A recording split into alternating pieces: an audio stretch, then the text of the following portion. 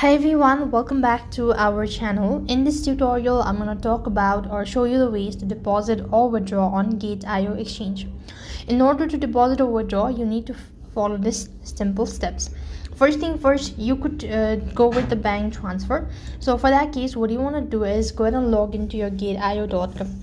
Once you're logged in, that's going to take you to the home page, and from the home page, what you have to do is click on buy crypto or bank transfer on the home page. Go ahead and either tap on deposit or withdrawal as well. So if you want to go ahead and deposit, click on the deposit button and follow the on-screen instructions. Since I have not verified my identity, so I cannot proceed on to the next step.